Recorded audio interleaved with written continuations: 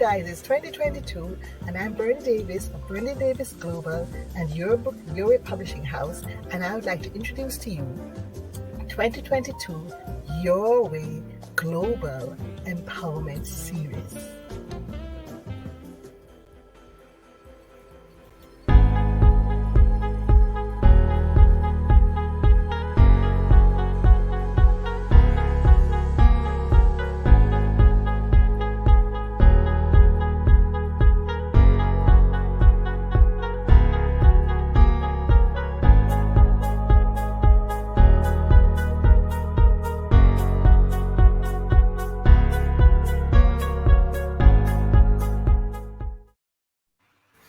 Well, hello, and welcome. We have finally made it.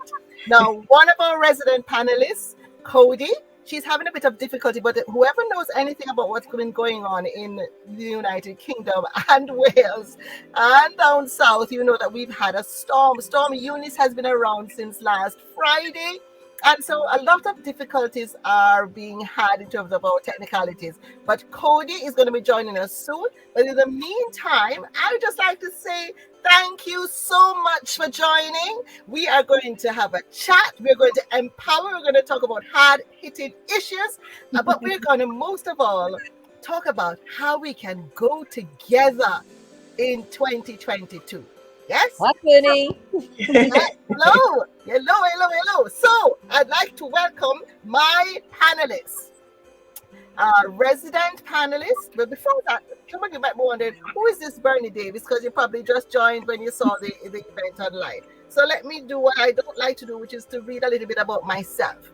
So I am Women in Business 2021 Diversity and Inclusion Award winner. I am a TEDx speaker, best-selling author, diversity and entrepreneurship leader with a past outstanding legal career in property of over 21 years.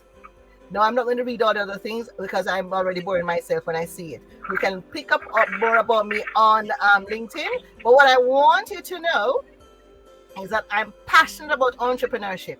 I'm passionate about empowerment. I'm passionate about connections. I am passionate about growing together. My mantra is we go together or not at all. Yes? And to start off, I'm going to introduce to you one of our first resident panelists, who is Desiree Peterkin Bell. Because now is the time, guys. Now is the time for sustainable business working. Now is the time for the circular economy to find its real place. Diversity and inclusion, current affairs that impact entrepreneurs. Now is the time to come with disruptive thought leadership. And now is the time for women to find their place. Yes, absolutely. Yeah, let's do it. Yes. So Desiree, who is Desiree Peterkin Bell? Ooh. Desiree. Bell. Yes. Let me read first and then you tell me first. This is what she does. I'm going to tell you what she did and then she'll tell you who she is. Yes? So Desiree Peterkin Bell is a 2 times best-selling author, award-winning seasoned political and brand strategist. You know, names like Barack Obama and all those names are like, you know, she's working on those campaigns. Right? She's a speaker and advocate who seeks to lead movements, not moments. With over 20 years of experience, Desiree has served as a trusted advisor and brand builder to some of the nation's most influential thought, cultural, and world leaders of our time. And that's the United States she's talking about there. She operates in her purpose despite her change in position to champion causes designed to amplify the voices of people of color and other marginalized communities. Now she's all about the conversation. She's all about projects. And these dynamic conversations held around the world are poised to continue to make global impact in the lives of women and girls. And that, my dear, is what Desiree does. But who is Desiree Peterkin Bell? Yes, over to you. Welcome, Cody. You made it. Storm Eunice couldn't keep you away. Awesome. There we are. Fabulous. Now, Desiree. Excellent. Who is Desiree? Yes. So Desiree is a mother. She's a wife. She's an impact maker. And most importantly, I am driven by purpose, not position. I understand the power of connectedness that we have. And I believe that we all have a purpose in this world, despite our position. I lead a global public affairs firm. We work with movements, not moments, people who want to make a difference, and brands that matter. And I'm excited to be here and be one of your resident panelists for this conversation. Awesome. I'm extremely grateful. Awesome. So now, Desiree, you are one who are about the movement, not moments. Why did you decide to be a part of this? And what key message, if there was one key message you would like people to associate with Desiree Peterkin Bell, what is it? It's impact, it's love, it's intersectionality, and it's commitment. And so those are a few words. And so for me, it's really about understanding that we exist in a world that is much greater than ourselves. For example, for myself, I'm a Black woman in America. And so with that comes a bunch of stereotypes, but it also comes with a unique and distinct experience. But that doesn't mean that I can't connect with other people from all over the globe. We have offices and associates in Tel Aviv and London. We've worked with people everywhere from Bermuda to various countries in Africa. And so we believe that we have more that unites us than that divides us. But the first and the only way to understand those connections is to have really deep, honest conversations with each other, which may mean a little bit of uncomfortability, but the power that you yield and the power that you will possess after those conversations and interactions will, in fact, strengthen your resolve to exist in this world. That's what I believe. Awesome. Incredible. Thank you so much, Desiree. And now, Cody, our second resident. And you made it, Cody. I made it. Yes, welcome. Now, Cody Gapare is an accidental entrepreneur who, through her own battle with cancer, came up with the idea of C-Lash, a false eyelash specifically for cancer and alopecia patients. By collaborating with the eyelash giant Eyelure, C-Lash has grown from an unknown brand to being available in the United Kingdom, USA, Australia, Ireland, Norway, Finland, Sweden, and the rest. Oh my goodness. Well, I can't read them all, but what I can tell you is C-Lash has won several awards, including Allure, Breakthrough Awards USA 2020, Best of Beauty, EVA's Beauty Awards, National Diversity Entrepreneur of Excellence Award, Ladies First, oh my goodness, and the books and the places that she's been featured: Good Housekeeping, Allure, Cosmopolitan, Daily Mail, Huffington Post, Red Magazine, BBC, Vogue, to name a few. Listen, guys, you are on LinkedIn, and wherever you see this video, you need to check out the resumes of these ladies because they are too long to read. We won't have time for conversation. But what I can tell you, we've got to read it so you understand that these are women who are passionate entrepreneurs, but their focus really is in empowerment, and that's why they're here, and that's what gives them credit. Now, Cody, I've just shared a little bit about what you've done, but who is Cody? I think what just happened today, just now, it embodies what Cody is. I am a woman who finds a way where there is seemingly is no way. So the storm has wreaked havoc. We were not able to get online. I had all this set up, and then all of a sudden I had lost power and I couldn't get online, but I managed to go somewhere where I could get internet so I could join. So Cody is a girl who grew up not really thinking that she was worth anything, and through my parents' belief in me and the people that I've met in my life, I managed to not only repurpose my life to become the person that I've always known that I've gone to, I should be, but I've also gone on to help others in the journey. And one of the things that I'm really proud of, the biggest thing that I've done is through my own journey with cancer, I managed to then produce a product which will soon be products that will help people who are going through tough periods in their life. And we're not just talking cancer. My journey was cancer, but I do understand there are other people in the world that are going through things that will stop them looking themselves or feeling themselves. And my journey is to change all that. And again, the other thing that I am passionate about is I like to speak up. I want to be known as the person who never saw something that needed changing and didn't speak up about it. So like Desiree says, impact is important. You need to have impact and you need to have purpose. And I think I am somebody who wants to continuously find my purpose in life. Fantastic. You know, the ladies can attest to what I said. When I found that you weren't coming on at the time scheduled, I said to them, listen, she's going to show up because Cody shows up. That's what I said about you. And and now you said that you did everything. I knew, listen, if you didn't show up, it would be impossible for you. That's what it would have been. Impossible for you not to show up. That's the kind of woman that we are. And that's the kind of ethos that we've got to have in these times. Listen, in these post-pandemic times, with what has happened with COVID, the whole dynamic has changed. The rules have changed. Our vision and perspectives have therefore got to make that shift. And one of the key things that has got to be our hallmark is showing up and finding a way around things. So excellent. You've actually given us a very good example of some of the things you'd probably tell us to do. You've shown us about it. So well done. Tracey Smolinski, I tell you, Tracey Smolinski, all of you who know me know that I have networking in my veins. And Tracey Smolinski is that other person in my life that can say, if there's anybody who has networking in their veins like me, she likes to think she has it more than me, but no. It's Tracey Marie Smolinski, the founder of Introbiz Network, and my founder, because I also purchased the franchise Introbiz Swansea and West Wales from Tracey, because I met Tracey when I was networking, when I was head of property new law solicitors.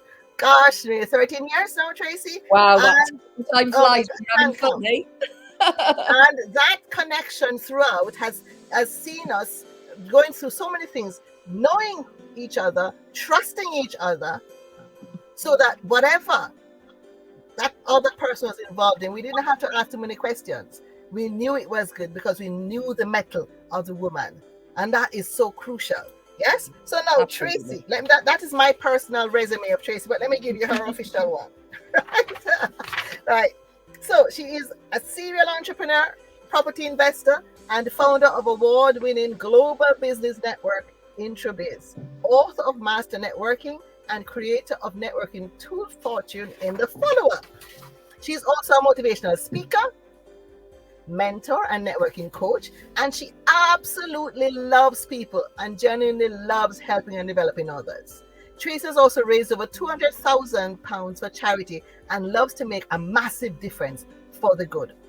She is a proud Big Ideas role model for the Welsh Government and loves empowering students and entrepreneurs of the future. For over a decade, Tracey and her brand Introbiz has secured over 3,000 members and clients from a wide range of industries and sectors. Tracey has also created Wales' largest business expo and has shared the stage with the Lord Alan Sugar, Grant Cardone, Hilary Davies, CBE, Baroness Michelle Moan, Marie Diamond from The Secret, The Apprentice winner Mark Wright, alongside Premier Live and Sir Richard Branson as the preferred UK partner to take entrepreneurs for Necker Cup experience annually on Necker Island and to Virgin VIP cruise ship experiences with Sir Richard. Now she boasts the recent launch of her Introbiz franchises and immediately secured 2 in West Wales and Sweden. She's excited to be taking her business across the world. So that's Tracey, what she's done. Tracey, who are you?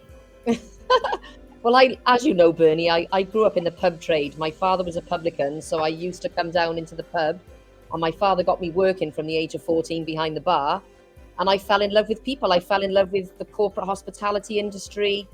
And, you know, at the end of the day, we're in the people industry.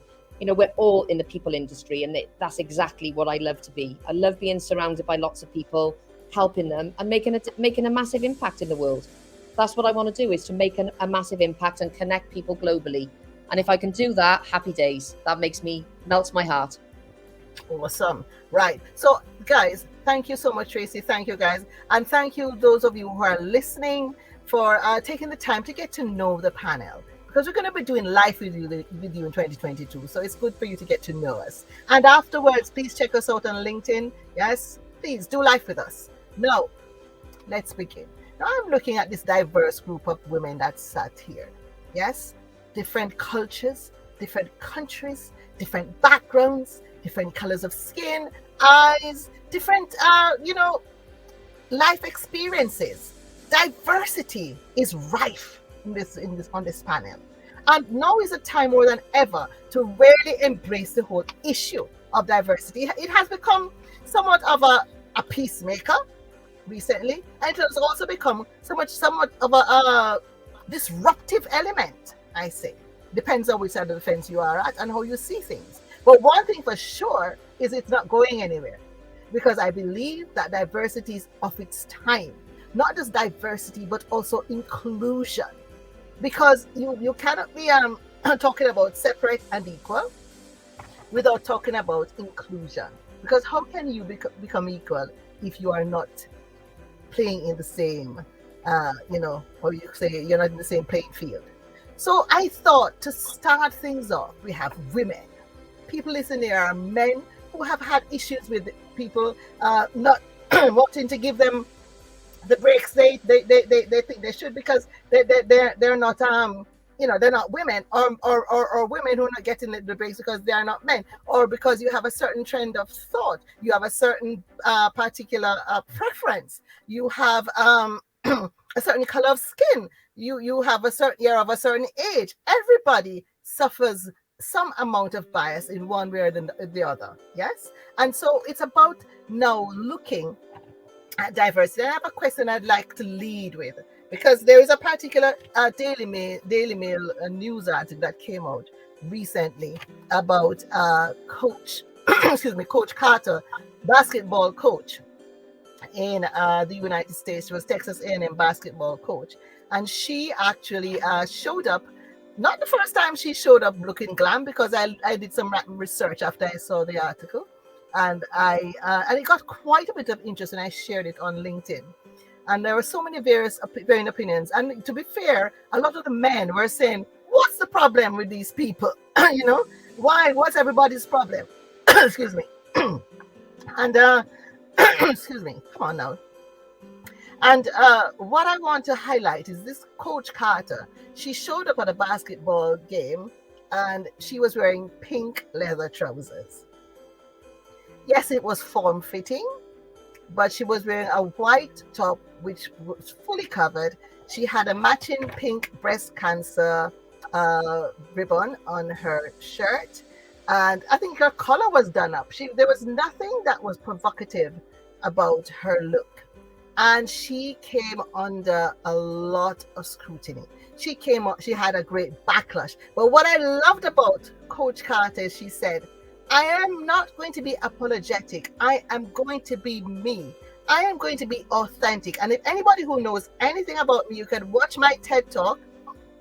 It's Know Yourself, Embrace Your You-print. You'll have an idea about who I am. Because who I am is somebody who is very, very passionate about people standing in their truth, knowing who they are, embracing their you-print, and using that knowledge to make their way in life.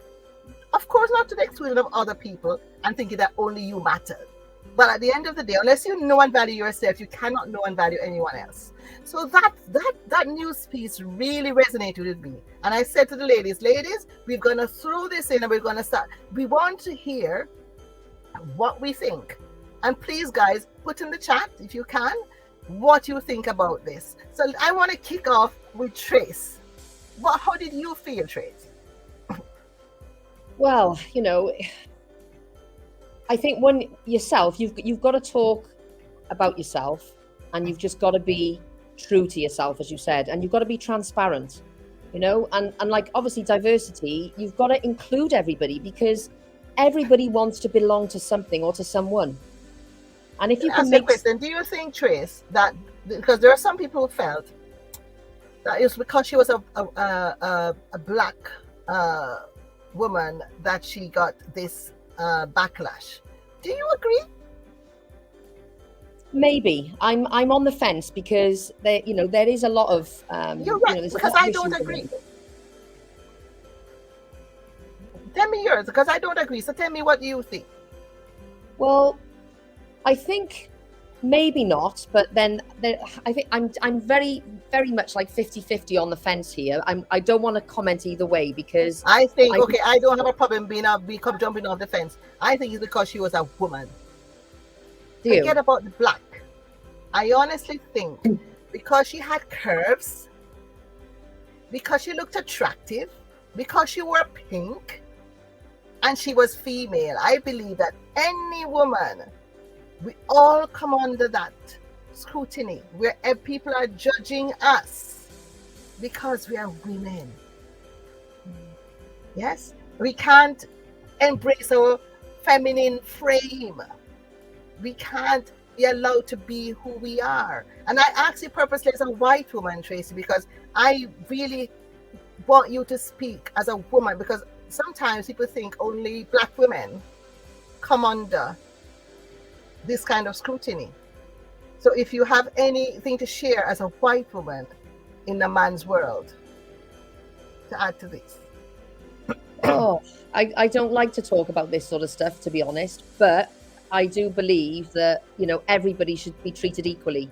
Mm-hmm. And, if you're not treated equally, well, then it's not creating the right framework for people, is it? Mm. But you have not come upon anything as a in terms of your gender. No, I haven't. Oh my goodness. Well, you know what? You're blessed, because a lot of the white entrepreneurs, that's why I asked the question, because there's so many of my white entrepreneurs who say to me that they have these challenges. And so I realized that's a lot of what, as a black woman, I would have thought was just black. It's also so rooted in gender. Desiree? Yeah, I would respond given Coach Sydney Carter's own response, right? Because in her response, both in the Daily Mail article that you referenced, but also in other articles where she was interviewed and social media posts where she used her own voice, she specifically stated from her perspective that she did think it had to do because she's a black woman in power. Right. So what I don't want to do is take away from that feeling, right? Because I'm sure that was only a clip or a snippet of what she feels every day. As the voyeurs and as the readers, we got to see a piece of it, but it seemed as though because she is a coach, because she's a black woman coach, because she is a black woman powerful coach, that she felt that the comments were really toward her because she was in that position, given all of those adjectives.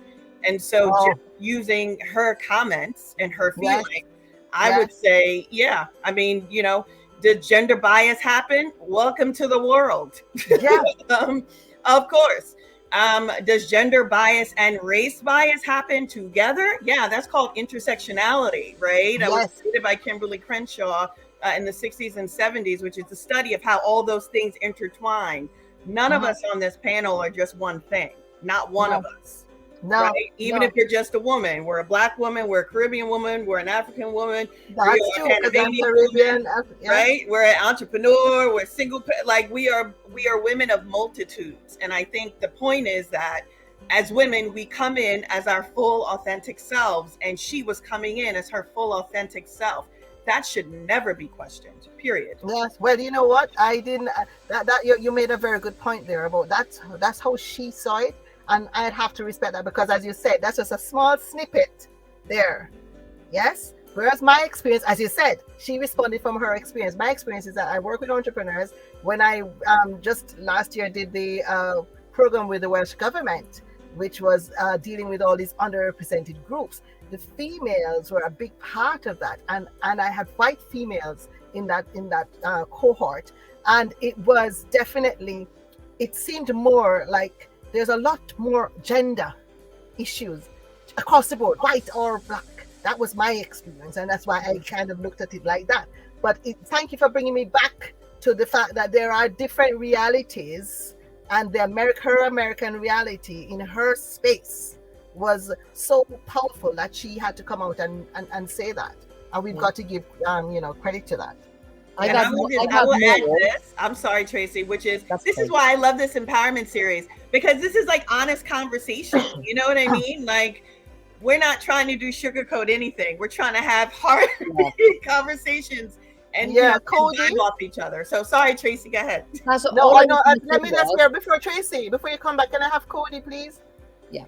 Very interesting. I read, as soon as I read, it was quite ironic that she's called Coach Carter, because my mind went back to another Coach Carter who also caused waves. And for me, I think I looked at it from 2 points, from the bigger picture and then from the smaller personal picture. So when you make choices that make you stand out, people will speak. You can't control what people say. But with those choices comes bravery. And with those choices comes the fact that you give other people permission to stand there in their own truth. So I commend her for her dressing is not impacting or is not stopping her from doing a job. So she's still doing a job and she's still delivering results. So whether I like the way she dresses or I don't, is she doing what she's supposed to do? She is. And now because she stepped forward and she's allowed us to see this, other people will be allowed to do the same. So for me, I'm looking at it from the point of, if you shine your light, you allow other people to do the same. So I can't really speak from my own personal perspective, but then I just want to say, I love the courage that a Black woman, in America for that matter, chooses to stand out, knowing very well that she's going to get this kind of scrutiny, because people will speak. She knew that people were going to speak, but she chose to stand out anyway. And I think from that point, whatever my feelings about her dressing, and personally, I don't see anything wrong with what she's done. I just think we need more people who need to separate the wheat from the chaff. Am I doing what I'm supposed to? Am I standing in my truth? Does everything else, is everything else white noise? If it is white noise, then let's take it for what it is. So for me, I just commend her courage. Yes, and you know what? We're all talking about her now, aren't we? Tracey, you were saying, Trace. Yes. Oh, yeah, no, that's fine. What I was going to say was I've had more hassle from other women in my career than I have had against, it's been more of a female to female gender issue rather than anything else. Yeah, there is that, and I love that. Who wants to comment on that? The female. Yeah, seriously. I mean, it's funny because for me, it's probably been equal on both sides, right? But it's steeped in insecurity. That's what I've noticed. You understand what I'm saying? So for women, it's insecurity because, and I've had women tell me this, you show up in the room and you just show up like you own it. I'm like, well, I'm not going to show up in a room with my head down and kowtowed. Like, why would I do that? That's dumb. That's their insecurity. And my fully authentic, strong, powerful self, because that's who I was raised to be. Yeah, that's absolutely. who I am. The same with men, though, when they say, oh, you come in and you don't kiss the ring and bow down. And I'm like, why? Is your name Jehovah Jireh? Are you Jesus? Are you God? Are you Allah? No? Well, why would I do that? That's dumb too. So, for me, it's really steeped in people who are insecure and who they are, what they don't have, and the comparison to you. But can I just ask, is it always insecurity, or is it because sometimes we haven't reached a stage where we can be our authentic self? We can't walk into the room and command it. Sometimes we still need to kiss the ring where we are, and we can't show up as authentic as we would like to be. Well, that is my view, which is why I anybody comes to me for me to coach them, we got to go back. We got to go back into you.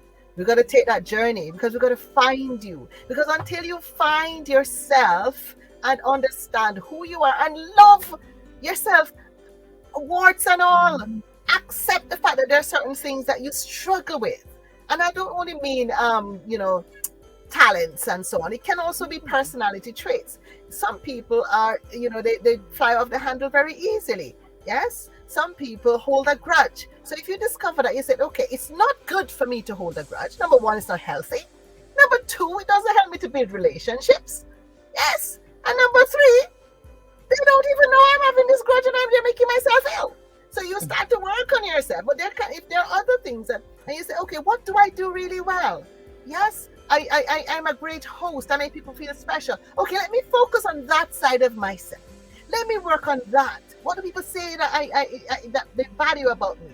When I own that and sit comfortably within that and intentionally decide to be that, then I can walk into that room with my shoulders square, knowing that yes, I might have just mouthed up a little bit too quickly. Maybe Tracey, you and I know about that, don't we? Right? Yeah. I might have just mouthed up a little bit too quickly there with Tracey. But I'm Tracey. No, I love Trace. We both do. We both do. I know, and off we go. Because, at the end of the day, if something should happen to Trace or something should happen to me, who will be there first? Yeah. Bob. Yeah? So when you know that about yourself, you don't waste time with the bits of yourself that you're not so happy with. Yeah, you give yourself permission to be you. Yeah. But it takes time, Bernie, right? I mean, I think, I will just say something to this panel. I think the women on this panel, battle tested and all, stand steep in who they are, stand deep in who they are comfortable in their own skin. There's still women or men and growing women and growing young men out there who don't have that power. They don't know how to tap into that yet. They don't know quite how to grab hold to that, which means you have to see your flaws, like you said, which means you have to see your growth, but it also means you have to do the work. Yes. Right? It's not a social media campaign. It's not a TikTok. I love it. Right? Like, it's work. And not everyone, I'll say it might be controversial. My personal opinion is not everyone wants to do the work. They want quick fixes.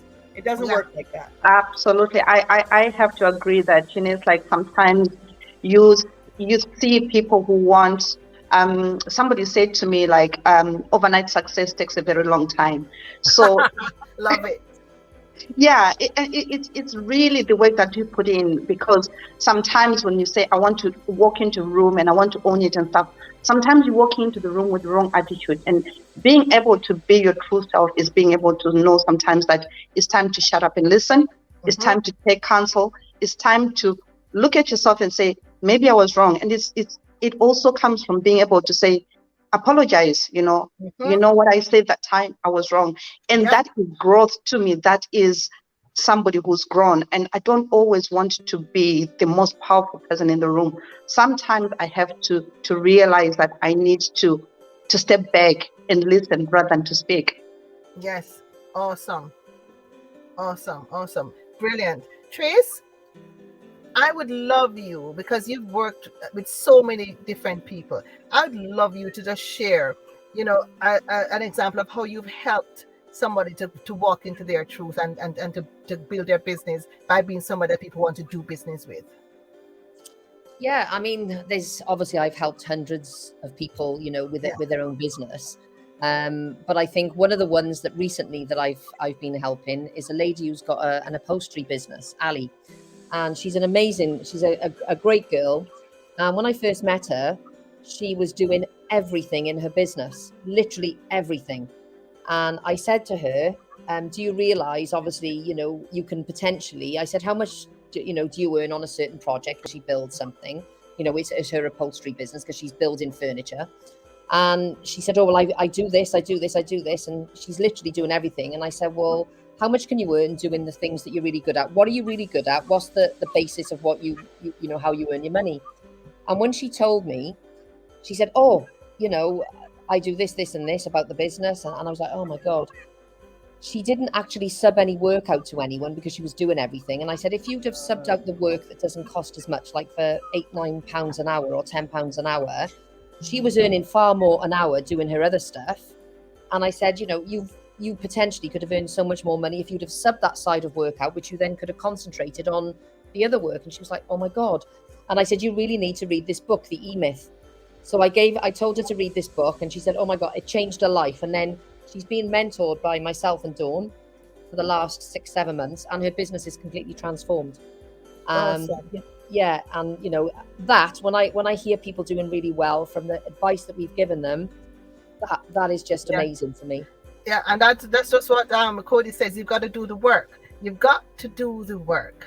Yes. Yeah. No, I know. As Desiree said, she works with so many different projects, and there will be a multiplicity of them that she could, highlight for me. But I'd love you because we're talking about doing the work, and if you could have any example, Desiree, of because you talked about people who just haven't been able to own the room because they haven't even owned themselves. Do you have any examples of somebody that you met and you were able to help them with that change? Yes. So, and I tell this story all the time. So full disclosure, after the election here in the US in 2016, when the data came out about who voted for who, despite whatever, there was a great feeling among Black women and white women here in the US, right? And so there was a distrust. And there were many who thought that simply based on the fact of gender commonalities, that there would be some other commonalities, when in fact that's not true, because people's experiences are different. And so I wanted to really do a deep dive and understand that difference. And so I started a global chat and chew series with women who had various different backgrounds, race, creeds, beliefs, upbringings, so that we could foster communication and really understand that we had a lot more in common than we did that differentiated us. And so what started as a small dinner, a small chat and chew in the western part of Pennsylvania quickly blossomed to other longer conversations, one of which was the largest we had, working with the former First Lady, Michelle Obama, and United States of Women, where we had over 200 women from Indigenous, straight, LGBTQ, Black, white, mixed women who were able to break bread and have some honest, hard conversations so that we could grow together and learn from each other. And so from my perspective, I think that's the most powerful thing you can do, which is it's not so much about walking in the room and owning it, but it is about knowing your power. And I think that that's where, dialogue comes in. You got to understand your power, and to know your power, you got to understand difference and where you sit in the world. Incredible. No, that is spot on. That because at the end of the day, it's all about power, whether we want to believe it or not. Yes, but as you say, it's not just wanting to exude power for the sake of it. It's about empowering. Yeah. When your power becomes something that empowers, that is where the magic happens. That is where you start to really matter, because nobody cares how powerful you are. What does that do for them? Yep. How does that change their world? How does that make the world anything better? Yes. So that's really, really key. And of course, we could go into how then do we switch from being powerful to being somebody who empowers. Yes. Now, Cody, I know your story, and I know that you had to walk into your power. Can you just share with us how you walked into your power at your deepest, lowest moment? Can I just say by saying a phrase that I love, just one act? Because for me, I started with just one small act. And it taught me that I could take another one and another one. So 11th of August, 2014, I walked into Manchester Metropolitan University. I was there for an interview because I wanted to be a lawyer. Since I was a kid, I was never bright. I wanted to be a lawyer. And I had come to the UK, finally managed to do MBQs. It took me a lot to finally get enough points to get into university. So this was a big deal. I walked in, I sat down, I had the interview, and I was on a roll until the final question. The lady asked me if there was anything, generic question. It was a generic question. It was just, is there anything that you know that might interfere with your study at the college? And it was in that moment that I had to tell her that I'd been diagnosed with breast cancer that afternoon. Wow. And for me, that one moment has become quite a pivotal moment in my life, because in that moment, I realized that I was capable of so much more than I'd given myself credit for. And every single time I find myself doubting myself or telling myself I can't, I always say to myself, if you could walk into an interview 3 hours after being told you've got breast cancer, Yes. what can you do on a sunny day like today? If you're part of the species that put people on the moon, can you really not do what's inspiring for you today? So for me, it's that knowledge of we are so much more powerful than we think we are. And it came late in my life. It came at the age of 36, but I have lived a life less ordinary since that day. Incredible. And you did not go on to become a lawyer, but I saw you collecting a degree recently. I went on. I had to drop out because when I started my treatment, I just couldn't do it. And then in 2016, because I'd started my company, I started Silash. I got an opportunity to. In fact, there was an advert in the newspaper for masters in business admin. I knew I didn't have a first degree, but I applied anyway. They were offering a scholarship. I ended up winning the scholarship, and I ended up getting my master's in business admin, which was more in line with what I'm currently doing. So, congratulations! Yes. Fantastic. I'm so excited. I hope you guys who are listening are really enjoying it. I can't see the chat, but I'm sure you are engaging. This is our pilot. We don't want to make it too heavy. We just want you to get to know us first, and every month we're going to have a guest. This month's guest was Tracey Smolinski, founder of Interviews UK. And I know we threw some hard-hitting questions out today, but we are hard-hitting women. We're coming back. We are. Yeah, we are. Right. So what I want to do now, because we kind of started out on diversity, and we are diverse, this panel. Yes. And I thought I would just kind of close off with this question, right? Just kind of land it with this question. Diversity and inclusion in the workplace is a very good thing, but sometimes it is seen as a catalyst for negativity, right? What can we do in terms of policies, structures, or systems to make way for deliberate diversity? Yes, we were talking about being intentional, deliberate diversity, which results in positive change. Who wants to take that one? I'll take it. Well, first of all, baby. Develop a strategic training program within your company, because if you can do that, develop it, and then obviously empower all the leaders, say why you're doing it and what problems are you going to help to solve.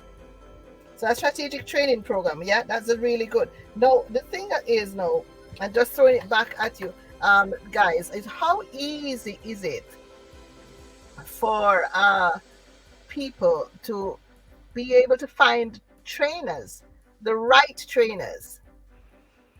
So that's what I do. That's a portion of what I do. Ooh, wow. Well, I just led right into that. Boom. So anyone who's interested, so I'll just use the United States as an example. So I think the premise of your question is assumes that it can be negative and that people will view it as such, which I think may be questionable. But here in the United States, the year 2020, in the midst of a pandemic, the United States was dealing with two big things: a global pandemic and a racial reckoning. Okay. And that racial reckoning was started with Ahmaud Arbery, Breonna Taylor, George Floyd, Amy Cooper. That situation did not involve a Black man being dying or anyone being shot, but it was a video of a white woman claiming that a Black man bird watching, was in fact attacking her when it wasn't true. Wow. And so, and it really highlighted this conversation about diversity and inclusion, particularly in the private sector.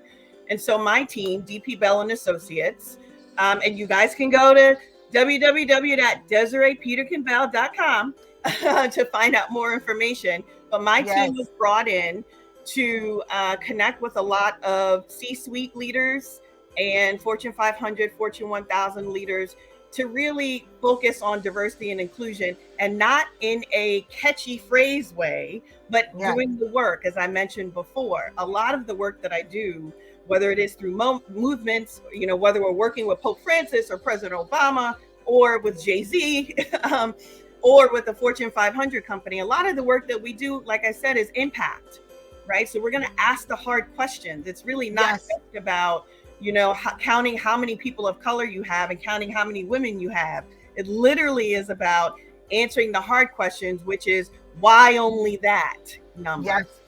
Yeah. No, you said something, Desiree, about the pandemic causing and it not just was a global pandemic, it was also a racial situation.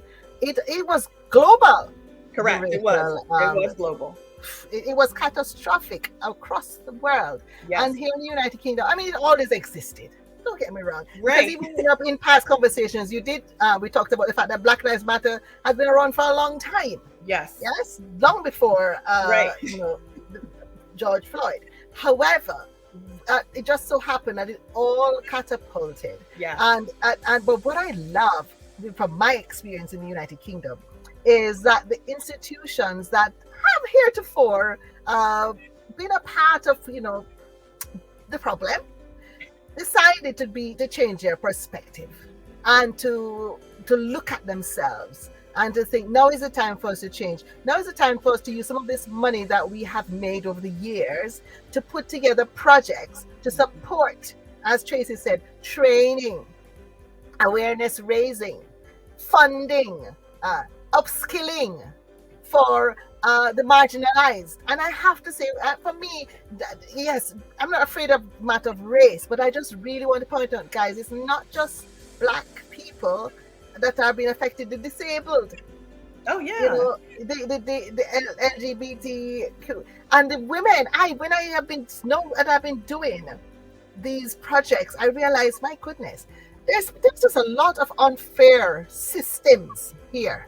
A lot of unfair systems. And so we've got to, when we're teaching this within the workplace, we've got to ensure we don't leave anybody out, we don't lose. What might have happened is that some people are left out, and so we got to catch everybody. It's intersectionality. They belong. I always say it's about intersectionality. Like I said before, not every white person, not every Black person, not every gay, straight, lesbian, questioning transgender person shows up as just that title. No, not one in the world. Not one. I agree, because I think one of the things that frustrates me is when companies have these policies in place, they think that's it. We've got policies in place, but I think it goes deeper than that, because policies have to be implemented, and until and unless people start seeing people as individuals, we can't do anything, because at the end of those policies, they are living, breathing people that you have to take into account, because you can't say this policy protects Black person. There's so many different types of Black person. Are you talking about me? Are you talking about Bernie? Are you talking about Desiree? Because we all are different. We are all Black. That's the only thing that we've got in common. But as individuals, we are all very different. So you can't have a policy that protects Black people, because there's nothing like that. So if companies do not see people as individuals, no amount of policy is gonna fix this. Yeah, but I love what Desiree says about intersectionality, and what you're saying there really underscores that, because you're right.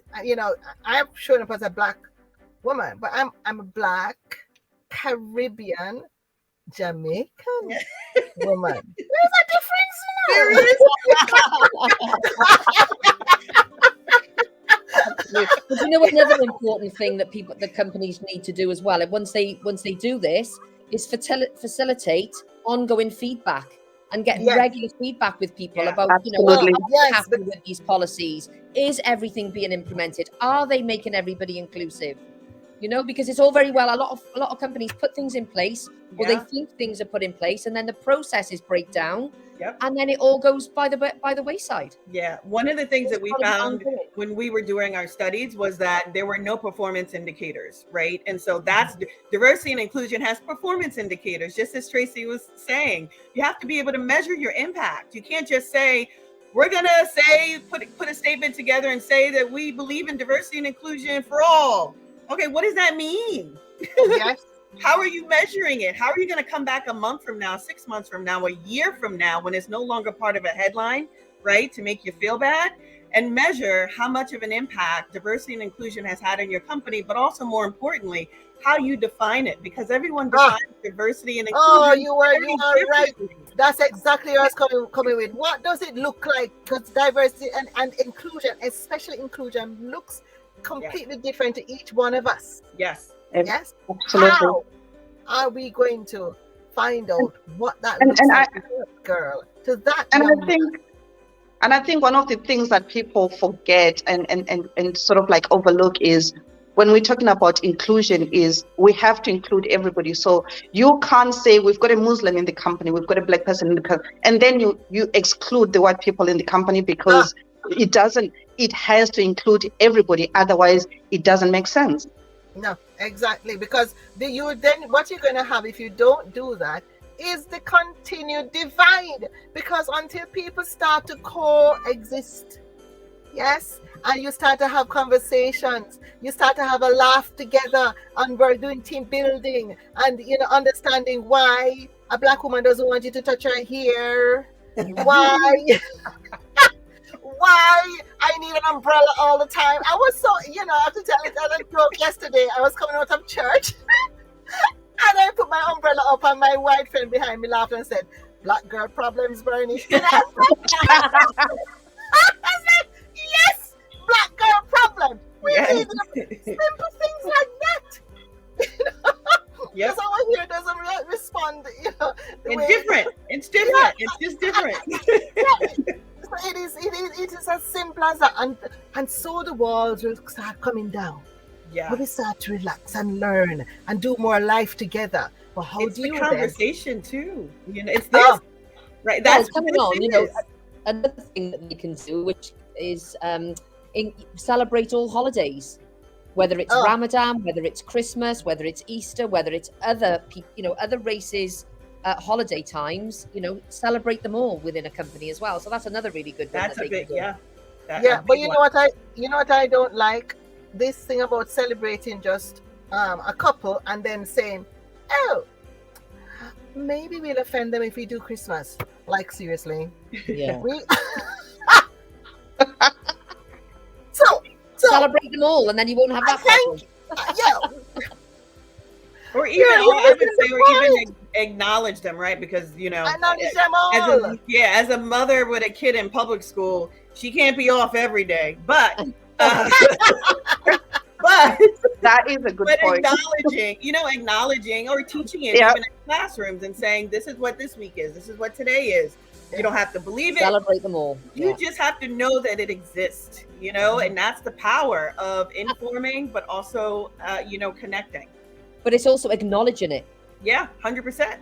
Acknowledge it.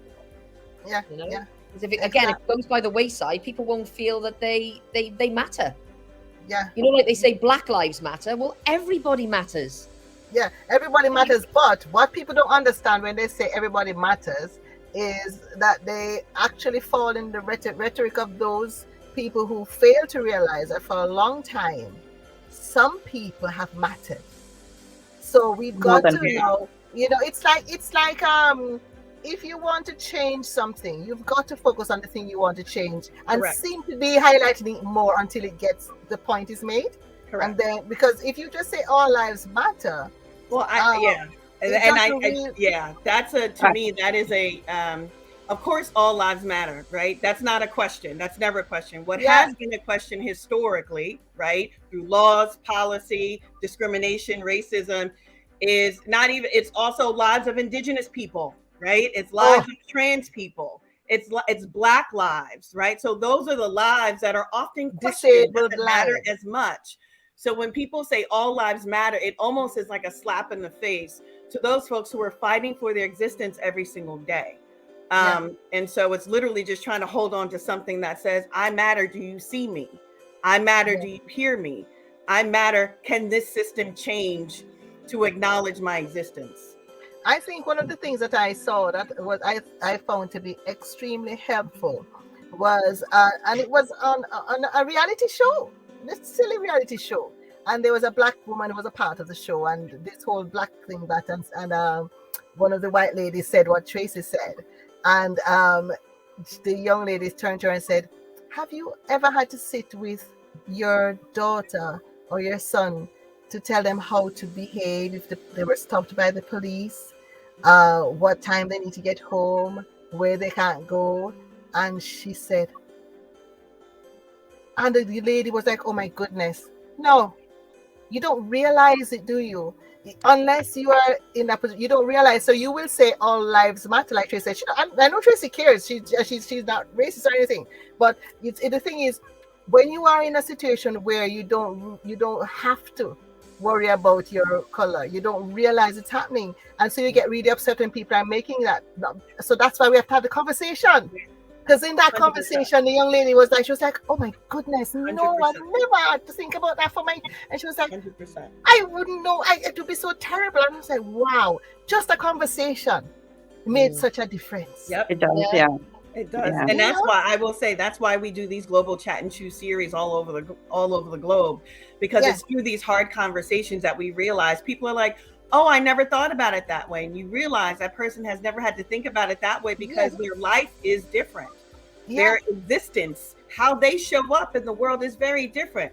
For example, whenever my husband gets in the car and drives on a highway, I get nervous. My husband is a black man. He's an executive. He's very well known, but he's a black man in a very nice car. And that's just something that I have to think about. When my daughter, as a gymnastics, when she used to go to a different gymnastics facility and her teammates used to touch her hair and wonder why her ponytail didn't flop. That's a different conversation. The other parents didn't have to have those conversations with their young girls, but I had to have that conversation with my daughter and tell her that just because your ponytail doesn't flop like theirs doesn't mean your hair isn't gorgeous. Yeah, absolutely. And we forget, it's like sometimes we forget that, it's like when the days of Martin Luther King, they were fighting for civil rights. It's the least possible thing that you're begging for. You're not fighting for your rights as in rights. You're fighting for civil rights. So that shows you this disparity that is there, just the right to live civilly, not have the right that everybody else has. So there is a massive, from where we are and where we should be, there is still a long way. We are making progress, but there's still some way to go. Awesome. Well, okay, guys, we have 3 minutes. And I just want to, this has been incredible. Gosh, I am just thrilled. I am so thrilled with the panelists. Tracey, our guest, I invited Tracey on not only because I know her and I think she's incredible, but also because I know that as a woman in business, she embraces diversity. I've seen her in her social life with her black friends, black sisters, and so on. I know she understands what's going on, and she works with people, and even still, she learned something tonight. So that's showing you how much more we all need to learn. I learn every day. Yes, excellent. And Cody and Desiree. Now, if I could give you 30 seconds, what would you like people to remember you today for? Something that you want people to remember about what you believe and you value. Start with Tracey first, quickly. It's just I very much talk about belonging, as I said at the beginning when we were talking. It is about making people feel special, making people feel that you care about them and make them feel included and they belong to something, because we all want to belong to something or to someone. And that's awesome. And love everybody and be kind. That is what I stand for. Awesome, brilliant. Thanks, Tracey. Desiree? Mine would be comfortable being uncomfortable. Sometimes it's helpful to listen, to understand perspectives, and to acknowledge what someone is sharing with you. Because I think only in those matters are we going to be able to be the most impactful that we can be. I always say I'm driven by purpose, not position. I believe everyone has a purpose in this world, despite their position. And I love that. Awesome. Cody? For me, I think that if you're not living on the edge, you're taking too much space. Don't wait until something happens for you to find your space. live life. This is the only one. This is the only life you've got. No one is getting out of this alive. So just embrace life and live it. Just live it. Awesome, brilliant. And for me, what I'd like to say, guys, is what I always say: know yourself, understand who you are, find the uniqueness in you and your business, own it, bottle it, sell it. Be authentically you, not a replica of anybody else.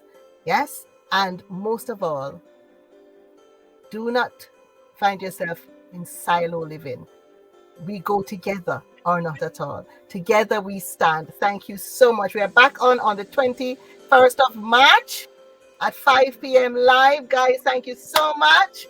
Thank you for having me on, Bernie. Lovely to meet you, Desiree and Thank Cody. you, Bernie. Lovely to meet you, Tracey. Thank See you next month, Cody. Thank you. Really nice to meet you, ladies. Amazing. Bye.